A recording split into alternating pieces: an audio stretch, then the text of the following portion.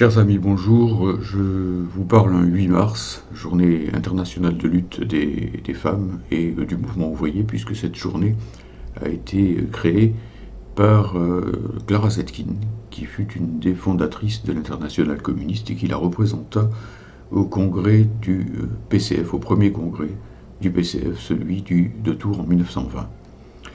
C'était aussi, bien sûr, une journée de lutte pour la paix, et une journée qui, notamment le 8 mars 1917, a entamé la lutte pour ce qui devait devenir la révolution socialiste d'octobre, si bien que dès le départ sont étroitement unies les luttes pour l'émancipation des femmes, pour l'émancipation sociale du prolétariat et pour la paix, puisque l'un des mots d'ordre du 8 mars 1917 à Moscou sous les balles tsaristes était évidemment le mot d'ordre de paix. Je vous parle dans une situation extrêmement dangereuse qui est celle que nous vivons actuellement en relation avec les événements d'Ukraine. La première des choses que je voudrais dire, et que sans doute de façon quelque peu souterraine ressentent des millions de gens dans ce pays, c'est qu'il faut en finir avec ce climat entretenu par les va-t-en-guerre, ce climat de bellicisme, et qu'entretiennent tout particulièrement les médias d'État. C'est effrayant. Ce matin, je naviguais de France Inter en France Culture et de France Culture en France Info, et à chaque fois, c'était des discours plus bellicistes les uns que les autres à propos de l'Ukraine, comme si l'on ne comprenait pas que ce qui se passe là-bas est de nature à pouvoir déclencher une guerre continentale, une guerre mondiale, et une guerre mondiale nucléaire qui pourrait conduire par conséquent, de par la nature des armes utilisées, et bien tout simplement à l'extermination de l'humanité. Je rappelle que déjà dans les années 80, au moment de la crise des euromissiles, les associations de défense de la paix estimaient que l'utilisation de 15% seulement des stocks nucléaires existants aux États-Unis et en URSS pouvait conduire à ce qu'on appelait l'hiver nucléaire, c'est-à-dire à un tel degré d'accumulation des poussières radioactives dans l'atmosphère que la lumière solaire ne parviendrait pas à la Terre, que la végétation donc pourrait disparaître, et que par conséquent l'humanité serait anéantie. Avis à ceux qui ne cessent de parler de faire la guerre au nom des droits de l'homme, comme si il pouvait y avoir des droits de l'homme lorsqu'il n'y a plus d'humanité. Ces propos absurdes sont indignes véritablement de gens qui se disent des intellectuels. De ce point de vue, la première des tâches qui nous incombe, c'est effectivement de combattre ce climat belliciste, ce climat de va-t-en-guerre, quelle que soit la façon dont on analyse les uns et les autres les causes et les responsabilités dans cette guerre. Si importante que soit cette analyse, elle ne saurait effacer la nécessité, tout d'abord, la nécessité vitale, celle qui consiste effectivement, quand on est dans un danger immédiat, à s'en prémunir et en prémunir les siens, donc la nécessité immédiate de défendre avant tout la paix mondiale. Rien qui puisse aller vers une confrontation directe entre l'Alliance Atlantique et la Russie, et à travers cela, qui puisse déclencher une guerre nucléaire entre les deux pays. D'abord une guerre conventionnelle, mais qui, par la logique même de toute guerre, qui est celle de la montée aux extrêmes, comme le disait déjà Karl von Clausewitz, le fondateur de la polémologie moderne, amènerait effectivement à une conflagration anéantisseuse ou exterminatrice. Dès longtemps, en tant que philosophe, j'ai démontré, dans notamment mon livre de 1997, Mondialisation capitaliste et projet communiste, que le stade actuel du capitalisme est le stade de l'exterminisme, que l'exterminisme est le stade suprême du capitalisme parvenu à un stade lui-même impérialiste. Donc, malheureusement, les événements actuels me donnent raison quand je vois combien les intellectuels de la fausse gauche qui sont hégémoniques dans les médias, les Glucksmann, les Jadot, les Bernard-Henri Lévy, etc., alimentent ce discours de la guerre et font comme si la confrontation, la conflagration entre la Russie État nucléaire, et l'OTAN, État plurinucléaire, les États-Unis, l'Angleterre, la France, était une simple balade militaire, comme s'il s'agissait au fond de Bernard Kouchner charriant des sacs de riz sous les caméras en Somalie dans les années 90. Ce n'est pas du tout ça. C'est un danger d'anéantissement que nous avons en face de nous. Plus que jamais, effectivement, combattons cet exterminisme capitaliste qui peut conduire la planète, effectivement, à n'être plus qu'une boule absolument invivable. C'est quand même effrayant, effarant, de voir en particulier les dirigeants des écologistes, que ce soit en Allemagne ou en France, tenir des propos ultra-atlantiques et ultra-guerriers en réclamant l'adhésion de l'Ukraine à l'UE ou à l'OTAN, ce qui conduirait immédiatement à la guerre mondiale. Eux qui, dans les années 84, s'étaient conduits avec honneur lors de la crise des euromissiles en réclamant le désarmement, mais ils ont, c'est le cas de le dire, complètement changé leur fusil d'épaule. Et aujourd'hui, effectivement, ils sont devenus le parti de la guerre, ce qui est tout de même encore plus étonnant, puisqu'on les voit chaque jour dénoncer EDF et le nucléaire civil français, alors qu'ils ne disent pas un mot contre le surarmement nucléaire militaire, qui par destination est forcément beaucoup plus dangereux et plus directement et immédiatement dangereux que le nucléaire civil, quoi qu'on pense par ailleurs du nucléaire civil. C'est une question de bon sens ce que je vous dis là. Il ne faut pas être un grand marxiste-léniniste pour le comprendre, il suffit d'être cartésien. Donc premier élément, et c'est pour cela que j'ai, avec d'autres amis, lancé un appel, notamment aux intellectuels, pour qu'ils jouent leur rôle de vigie, pour qu'ils jouent leur rôle de lanceur d'alerte contre ce danger de dérapage vers la guerre mondiale qu'il faut à tout prix conjurer. J'en viens au deuxième point qui est l'analyse des causes de la guerre. Et là je parle plutôt en tant que militant donc, du PRCF en tant que tel. Bon, effectivement, personne n'est ravi que le droit international ait été violé par Poutine avec son entrée en Ukraine, son offensive massive en Ukraine. Personne n'applaudit au fait que les troupes russes soient en Ukraine. C'est une circonstance grave et personne ne peut dire l'inverse. Et donc ici, nous avons dès le début qualifié d'inconsidéré et de disproportionné l'offensive de la Russie. Nous avons ajouté que le régime de Poutine n'est pas notre tasse de thé à nous communistes. On sait bien qu'il persécute les communistes à Moscou. On sait bien que les communistes du PCFR avaient gagné les élections à Moscou et que c'est par magouille électorale que bien ces élections ont été gagnées par le parti présidentiel et que même les dirigeantes communistes, les jeunes dirigeantes communistes de Moscou ont été quelque temps emprisonnées. Donc on n'a pas de sympathie pour ce régime contre-révolutionnaire qui a participé au démantèlement de l'Union soviétique, qui a participé à la destruction des structures socialistes de la Russie, de l'Ukraine et ainsi de suite. Et on se rappelle très bien que Poutine a été intronisé par Eltsine. Eltsine, ce collabo caractérisé des États-Unis qui, lorsqu'il était au pouvoir dans ce pays, dans la Russie, a provoqué une chute de la longévité moyenne des Russes de près de 20 ans. C'est-à-dire que la Russie a payé à l'époque un prix énorme en termes de vies humaines. En réalité, tellement elle a été appauvrie, tellement tout a été cassé, et ainsi de suite. Donc, si vous voulez, messieurs, pas de faux procès contre les communistes qui seraient des marionnettes d'Eltsine. Nous critiquons ce régime-là depuis bien plus longtemps que vous.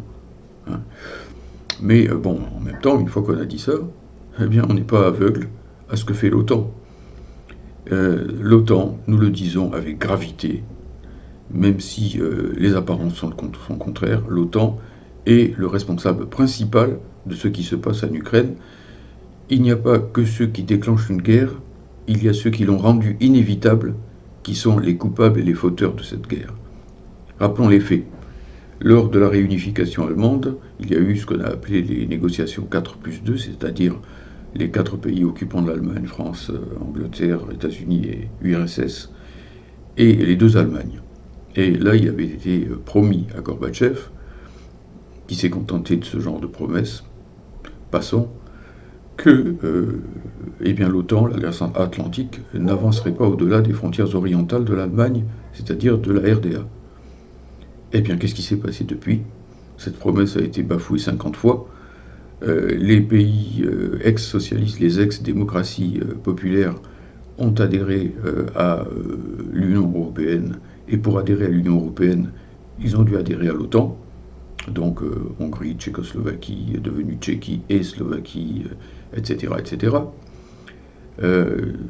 Donc l'OTAN a avancé prodigieusement vers l'Est, vers la Russie. Il y a eu aussi l'intégration dans l'OTAN des ex-républiques socialistes soviétiques de Lituanie, de Lettonie et d'Estonie, c'est ce qu'on appelle les États baltes. Là encore, l'OTAN s'est rapprochée des frontières de la Russie. Il y a eu la tentative, effectivement, de favoriser une révolution orange, c'est comme ça qu'on appelle les coups d'État pro-atlantiques en Géorgie.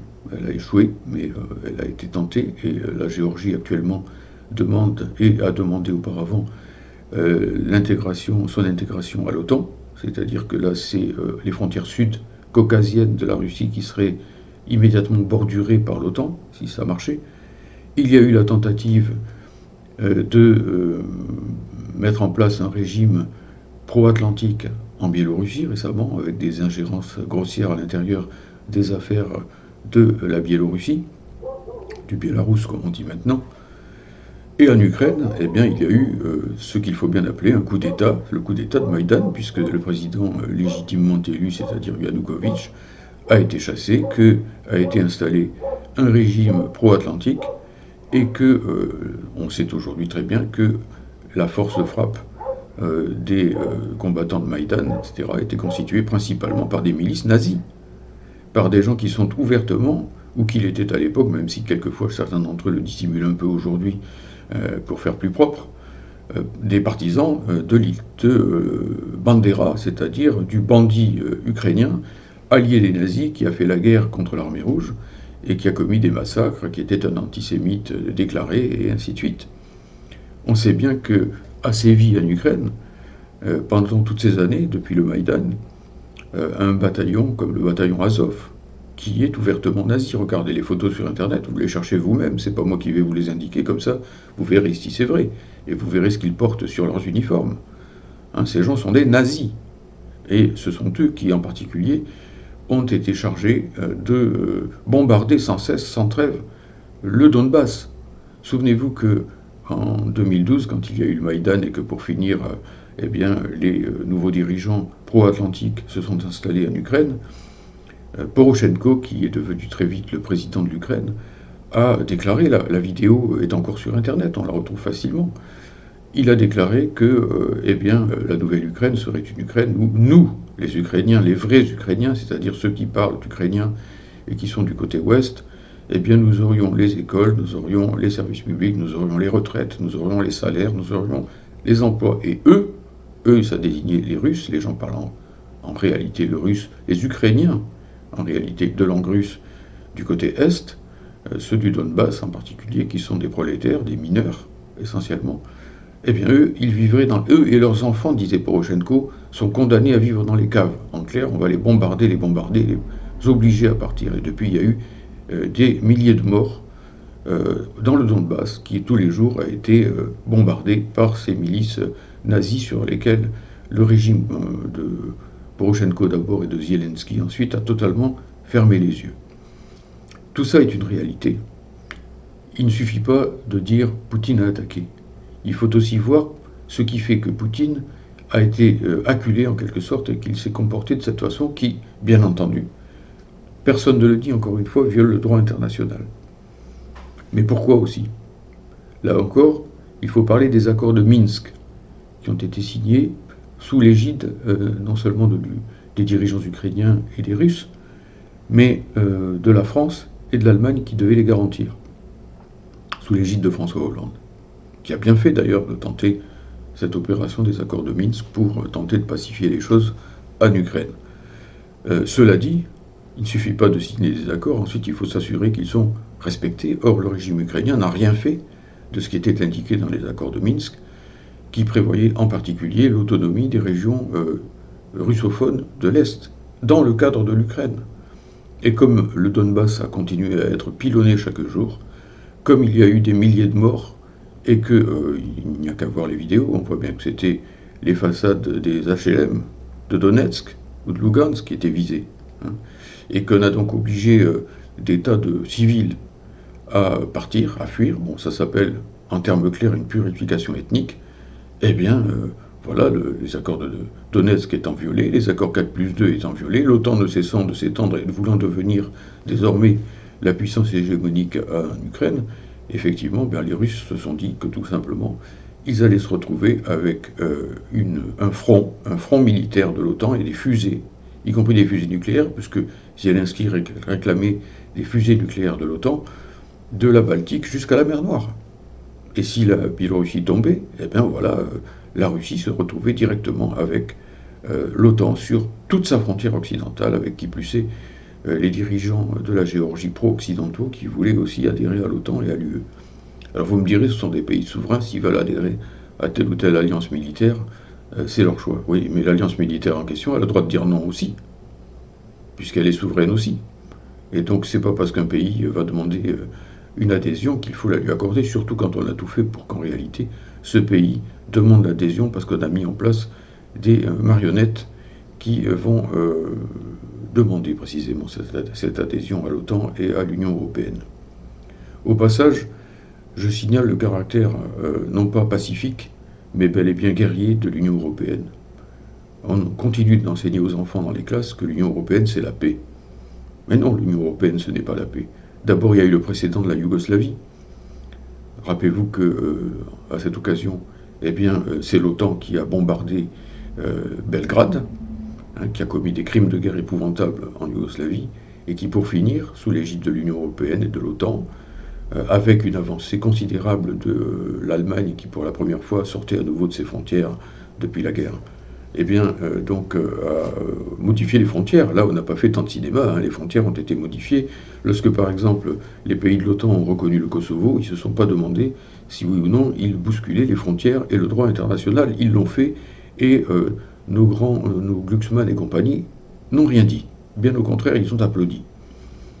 Donc c'est toujours le double standard. Si c'est l'OTAN et ses alliés qui violent la légalité internationale, on ferme les yeux, et si c'est un pays ennemi de l'OTAN ou jugé tel par elle, eh bien c'est au contraire un crime épouvantable. Pour nous qui sommes des gens rationnels, eh bien le droit international doit être respecté des deux côtés, mais aussi par l'OTAN. Sinon, évidemment, si la loi n'est pas respectée d'un côté, pourquoi le serait-elle de l'autre, hein? Enfin, c'est une question. Si dans la rue, certaines personnes ont le droit de vous taper sans que les policiers ne disent rien, et s'ils ne sont jamais condamnés par les juges, au bout d'un moment, eh bien, vous vous défendez tout seul, ça s'appelle la légitime défense. Cela dit, reste à savoir si elle est proportionnée et si elle est bel et bien considérée. C'est-à-dire, et c'est pour cela que nous avons été critiques à l'égard de l'intervention de Poutine, si elle ne va pas pour finir renforcer la marche à l'État fédéral européen, c'est-à-dire à l'empire européen dominé par Berlin, et la marche en avant vers l'est de l'Ukraine, de l'OTAN, qui risque effectivement donc de voir adhérer la Suède ou la Finlande, ce qui ferait que, en réalité, l'opération russe aurait échoué, hein, sur le plan stratégique, donc elle aurait été inconsidérée.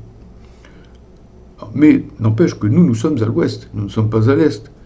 Nous, il faut que nous nous occupions de nos propres bellicistes, quelque part.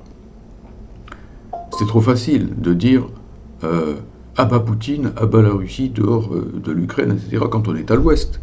Et donc, à partir de là, de hurler avec les loups atlantiques de notre côté. Il faut se souvenir du mot de courageux de Karl Liebknecht en 1914, quand il disait « L'ennemi principal est dans ton propre pays ». Eh bien ici, l'ennemi principal est dans ton propre bloc, le bloc euro-atlantique, qui n'est pas pacifique, qui est congénitalement, disons, dirigé vers une expansion sans fin vers l'Est. Et même Macron parle de l'Union européenne, de l'Atlantique à Vladivostok. Et s'il croit rassurer Poutine en disant ça, il se trompe évidemment profondément. Ça signifie tout simplement ce qu'on appelait auparavant Drang nach Osten, la poussée vers l'Est. Donc les gens raisonnables doivent dire que l'OTAN n'a rien à faire en Ukraine, que l'Ukraine ne doit pas être un pays partagé entre les Russes et les atlantistes, c'est-à-dire un champ de bataille. L'Ukraine doit devenir au contraire une passerelle entre l'Est et l'Ouest. Et c'est comme ça qu'il pourra redevenir un État uni, souverain et pluriel. Acceptons qu'il y ait chez lui des gens qui parlent non pas seulement l'ukrainien, mais aussi le russe et le tatar, puisqu'il y a aussi cette langue qui est parlée à l'Ukraine. Donc à partir de là, eh bien, il est tout à fait important de bien voir que la situation mondiale doit être absolument dominée, que tout dérapage doit être écarté. C'est tout à fait vital pour la paix et pour la sécurité mondiale. J'en viens à un dernier point, qui est la question de lutter contre la novlangue. La novlangue, c'est ce qui permet aux capitalistes d'inverser le sens des mots quand ils cassent le progrès social, d'appeler ça réforme, quand ils détruisent la sécurité sociale, d'appeler ça progrès, quand ils mettent en place une loi liberticide, de dire que c'est pour la liberté de chacun. Autrement dit, d'inverser le sens des mots à leur avantage. Et en ce moment, eh bien, la défense de la paix, bien souvent, est tout simplement confisquée par les bellicistes. On vous dit défendez la paix, à bas Poutine. Si on dit ça à l'ouest, bon, les gens qui disent à l'est, à Moscou, défendons la paix, non à la guerre de Poutine, sont des gens courageux. On pense ce qu'on veut d'eux, mais ils sont courageux, c'est incontestable. Mais les gens qui, à l'ouest, ne voient pas qu'effectivement, il faut d'abord mettre en question et mettre en accusation nos propres bellicistes, ne sont pas des gens courageux. Ils croient manifester pour la paix, et en réalité, ils manifestent pour le jusqu'au-boutisme, pour le va-t-en-guerre, pour l'OTAN aux frontières de la Russie. Donc, voyons clair sur tout cela. Par exemple, on vous dit que laisser Poutine agir, c'est être un munichois, mais c'est inverser totalement les choses. Je rappelle qu'à l'époque de Munich, c'est-à-dire les accords de 1938, qui ont vu Daladier pour la France et Chamberlain pour l'Angleterre complètement capituler devant Hitler et lui laisser dépecer la Tchécoslovaquie, eh bien nous les communistes, nos ancêtres, nos grands ancêtres étaient contre ces accords de Munich et mettaient en garde contre eux, alors que les ancêtres de la social-démocratie étaient pour, et de la bourgeoisie étaient pour. Donc messieurs, un peu de pudeur quand vous vous référez à ces choses-là. En fait, le vrai munichois, le vrai capitulaire, c'est Gorbatchev. C'est Gorbatchev qui, dans les années 90, a abandonné l'Union soviétique, a abandonné le socialisme, a abandonné tous ses serments. Il avait fait le serment, en devenant secrétaire général du PCUS, de sacrifier sa vie s'il le fallait pour défendre le socialisme. Il a bafoué tout cela en échange de vagues promesses sur la paix, sur la liberté, sur le marché, sur le partage de la prospérité avec l'Occident, et ainsi de suite. On a vu ce que ça a donné. Les Russes ont perdu sur les deux tableaux. Ils ont perdu le socialisme et ils ont perdu sur le tableau de la prospérité. Leur pays a massivement reculé. Le produit intérieur brut de la Russie s'est écroulé. Et pour finir, effectivement, ils se retrouvent avec l'OTAN, non plus à Berlin, mais aux frontières russes. Donc ils ont perdu sur toute la ligne, et bon, bel et bien, donc ça a été en réalité des accords de Munich qui ont été signés par Gorbatchev à cette époque-là. Nous étions les seuls, nous, les vrais communistes, pas la direction du PCF, à le dire. Les conséquences de cette capitulation en race campagne de Gorbatchev, c'est effectivement la situation belliciste actuelle qui est encore plus grave par certains aspects que celle de 1984 lors de la crise des euromissiles. Et puis quand on parle de la nécessité d'une intervention en Ukraine et qu'on fait référence à la guerre d'Espagne, un peu de pudeur, messieurs, tout de même. Là encore, c'était les communistes qui étaient pour une intervention de la République française en Espagne pour aider les républicains espagnols à abattre Franco et ses alliés Hitler et Mussolini, et pour couper court donc à la montée vers la Deuxième Guerre mondiale, alors que toutes les autres forces étaient pour la non-intervention, y compris Léon Blum, qui était à ce moment-là le dirigeant du gouvernement du Front Populaire, qui a cassé le Front Populaire avec cette question. Donc, n'inversez pas les choses. Nous sommes toujours du côté de ceux qui résistent, et vous êtes toujours du côté de ceux qui oppriment. Et d'ailleurs, de ce côté-là, c'est quand même assez scandaleux, effectivement, de comparer les choses, puisque le régime ukrainien actuel, hein, je le dis et je le redis, c'est facile à vérifier, allez donc sur Internet et cherchez par vous-même, fait l'éloge de Bandera, c'est-à-dire, je l'ai dit tout à l'heure, d'un nazi caractérisé. Et donc, le bataillon Azov et tout cela, bon, a été intégré, tout ça a été intégré dans l'armée ukrainienne. Ce sont des gens qui protègent des francs nazis et qui interdisent les communistes et qui viennent d'arrêter les 2 dirigeants de la jeunesse communiste ukrainienne. On craint pour leur vie, d'ailleurs. Qu'on ne dise pas que ce régime est sympathique, hein, que ce régime peut ressembler de près ou de loin au régime de la République espagnole des années 30. Ça n'est même le contraire direct. Bon, voilà, donc, jeunes Français, ne vous laissez pas avoir, parce que sinon, tous ces gens qui vous encouragent à partir la fleur au fusil là-bas, à vous faire tuer à leur place, hein, parce que c'est toujours les uns qui parlent et les autres qui meurent, eh bien, tous ces gens sont des menteurs. Tous ces gens, ensuite, quand la situation aura dégénéré, si elle dégénère, viendront vous accuser d'être partis là-bas. Comme à une époque, ils donnaient le micro aux gens qui partaient en Syrie, en les encourageant et en les appelant les combattants de la liberté. Et ensuite, effectivement, on en a vu ce que c'était, et par conséquent, ils se sont déchaînés, à juste raison, contre eux. Mais c'est eux qui les avaient encouragés au début. Donc, il ne faut pas tomber dans ces pièges-là. Ils sont mortels pour les jeunes, et ils sont mortels pour la paix. Et pour finir, si effectivement, donc par personne interposée, les 2 blocs se retrouvent confrontés épaule contre épaule, eh bien, il y aura forcément des incidents. Il y aura un bateau français qui sera coulé dans la mer Noire, il y aura des soldats français qui seront tués en Roumanie, ou des soldats russes qui seront tués si jamais ils s'approchent des frontières de la Roumanie, qui est riveraine de l'Ukraine. Et ça sera l'incident international entre la France et la Russie. Mais nous ne sommes pas limitrophes de la Russie, et Macron l'a dit, nous ne sommes pas en guerre contre la Russie, encore faut-il qu'il mette ses actes en accord avec ses paroles en la matière. Je finis en disant que la voie de la sagesse, c'est celle de la désescalade. Ce n'est pas celle des va-t-en-guerre. Ce n'est pas celle des boutefeux. Ce n'est pas celle de ceux qui poussent à incendier, au fond, la planète, parce que tout simplement, pour beaucoup d'entre eux, ils sont trop bêtes pour se représenter les conséquences. Mais enfin, nous avons tous des parents, nous avons tous des enfants, nous avons tous des amis, et nous avons tous nous-mêmes une vie et une seule. Et donc, on ne peut pas ici jouer avec ce genre de choses. Donc, plus que jamais, je vous encourage ici à défendre la paix et à défendre l'esprit de paix, à défendre l'esprit de négociation, l'esprit de désescalade, l'esprit de respect du droit international. Je vous remercie, ne prêtez pas attention à la sonnerie impromptue du téléphone derrière moi. C'est pas le téléphone rouge. Et donc je vous demande effectivement ici d'intervenir très fortement pour la paix. Merci de votre écoute.